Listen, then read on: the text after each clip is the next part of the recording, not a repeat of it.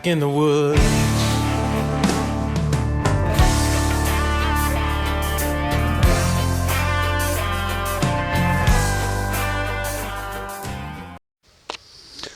Okay guys, well, here we are on morning 2.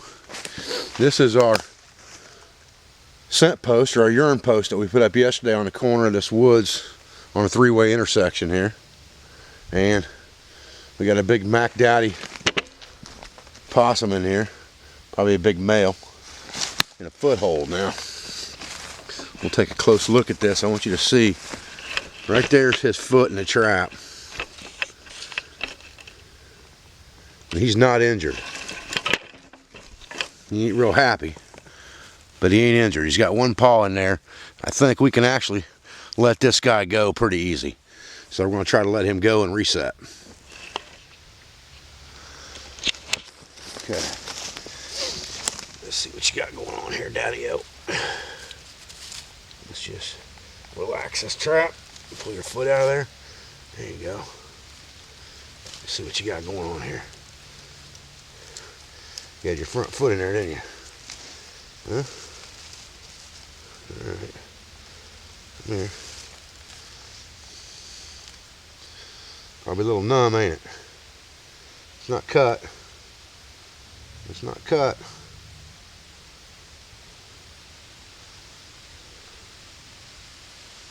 Alright. Playing possum? You playing possum? Well, I got to take you somewhere. You can't stay here. Grab it on back. Stick with your tail. Come on, let's carry you off into the woods and do a reset here.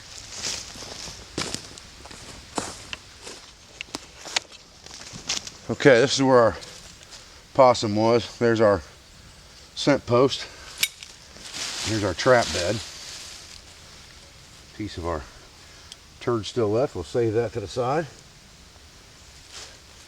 You're going to catch non-target animals.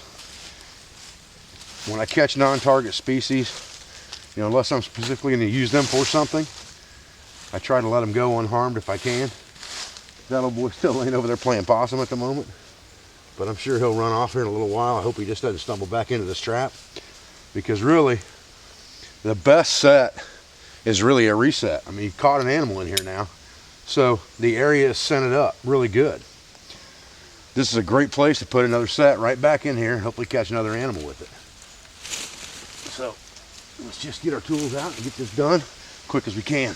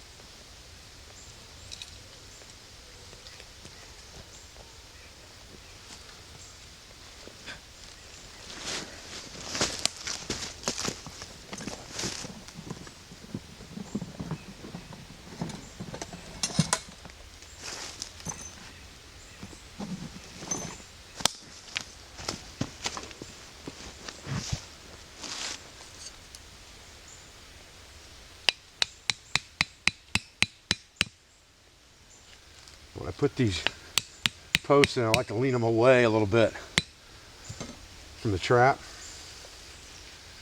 The animal probably won't come into it this way because that stick's going to be pointing toward them. Just something about that they don't like.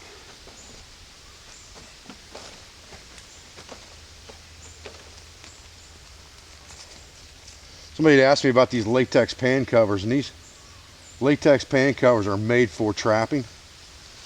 So I don't think they've got a strong odor to them. I can't really smell anything on them. And a lot of animals don't really care about that. Obviously, when you're talking about canines, their noses are a lot more keen than normal. But for the most part, I don't worry about it.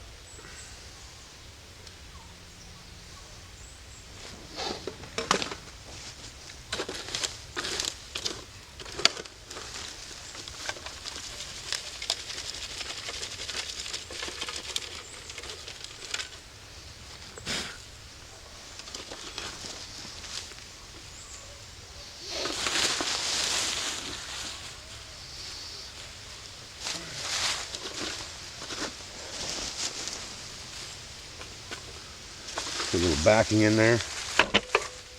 Crowd that pan just a little bit right here on this side. Save that rock. There's our piece of coyote poop right there. Put that right in front. Crowd this over this way just a little bit.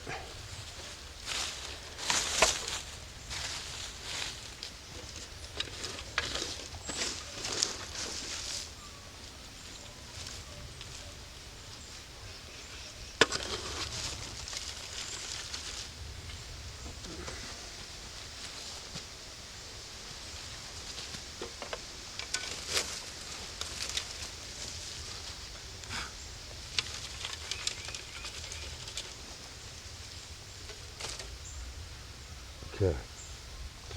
I'm not going to fuss too much with this because it's got, like I said, it's got animal scent all over it already.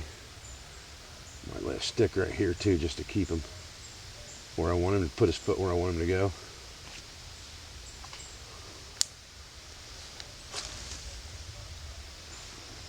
Like that.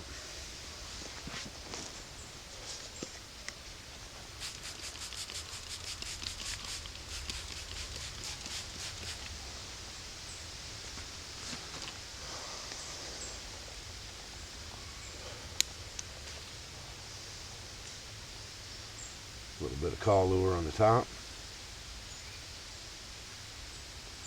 There, the stick at the bottom. Okay, we're all set.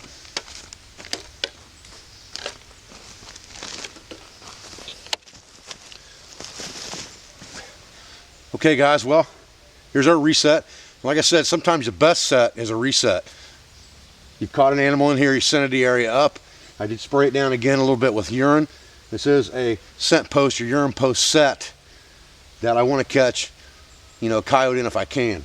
You're going to catch non-target animals. That's just all there is to it. But the fact of the matter is, if in a long-term self-reliance situation, anything that you can catch is potential food, potential hides, potential leather. And that big old fat possum would make a pretty nice moccasin. So, with that being said, hopefully we'll get a canine in this one next time.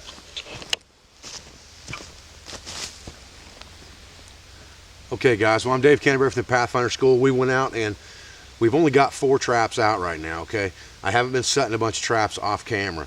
I've only got the 4. We have the burnt post set.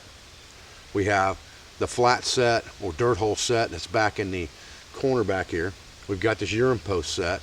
And then we have the visual attractant flat set with the hog jawbone on it. So we've only got the 4 traps. I checked all 4 of them this morning. None of them had any visual sign of even an animal investigating them except this urine post. Now, the one back in the corner's been there for 2 days. The other traps have only been out for 1 day. It takes 24 to 48 hours sometimes to dissipate any human scent that might be there. Let that trap settle in and then it usually starts working for you. I've talked to a lot of professional trappers about this stuff, and you can't expect to catch animals most of the time on day 1 unless you're targeting things like coon, possum, and food. You can get them to come in day 1. As you can see, this possum came in day 1 to investigate this scent post, and he got hung in it. Now, what I did do when I changed my setup, or when I reset, excuse me, on this scent post is, or sign post, or urine post, whatever you want to call it, what I did was I did move it back just a little bit. I imagine that possum went up and stuck his nose on that post to investigate what was going on and put his paw in that front of that trap.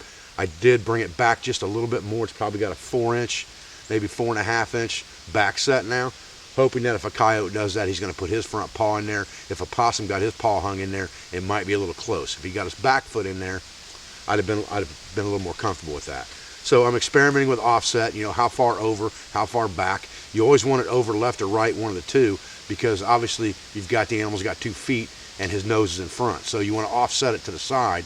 And then how far back you offset it is sometimes up for question. Some people say 2 to 4 inches, some people say 4 to 6 inches. I've seen and read up to 9 inches for coyote.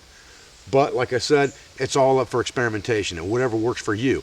I went to the FTA Trappers College and listened to about a dozen different experts that all did things differently, but they all catch hundreds and hundreds of animals every year. They're all professional trappers, and they all do the exact same things in different ways, and it works for them. So that's what trapping is all about. It's about learning from personal experience. You can't find out what works for you by just listening to somebody on the internet or reading a book. You've got to go out and do it and practice it. With that said, I appreciate you joining me for this video update on our trapping series. I appreciate everything you do for me, for my family, for my school. I like your comments. I like reading them. I learn from you guys every day. I appreciate everything that you do for me, and I'll be back with another video as soon as I can.